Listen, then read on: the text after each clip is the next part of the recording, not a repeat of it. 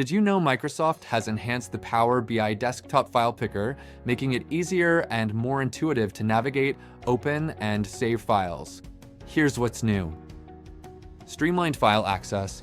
Quickly switch between recent files, OneDrive, and SharePoint via the updated Open button in Power BI Backstage.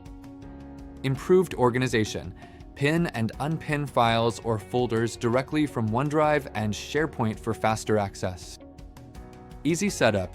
Enable the feature by navigating to File menu, then Options and Settings, then Options, then Preview Features.